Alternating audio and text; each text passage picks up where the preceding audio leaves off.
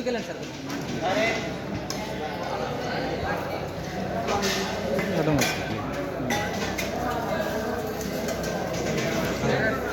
ఆగండి ఆగండి బిడ్డ.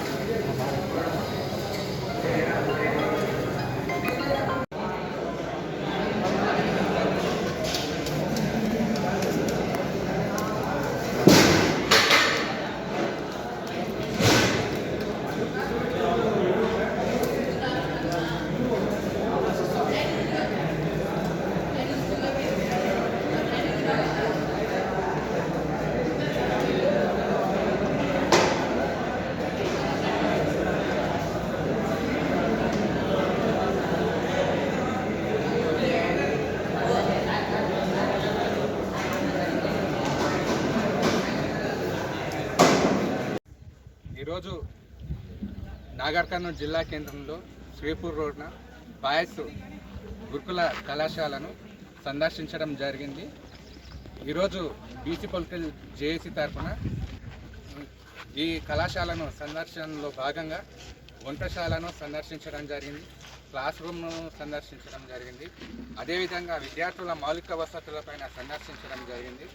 అదేవిధంగా రూమ్కు వీళ్ళు పడుకోవడానికి ఎంతమంది పడుకుంటున్నారు అనే అంశాలపైన ఆరా తీయడం జరిగింది. రూమ్కు 50 నుండి 60 మంది మెంబర్స్ పడుకోవడం జరుగుతూ ఉంది.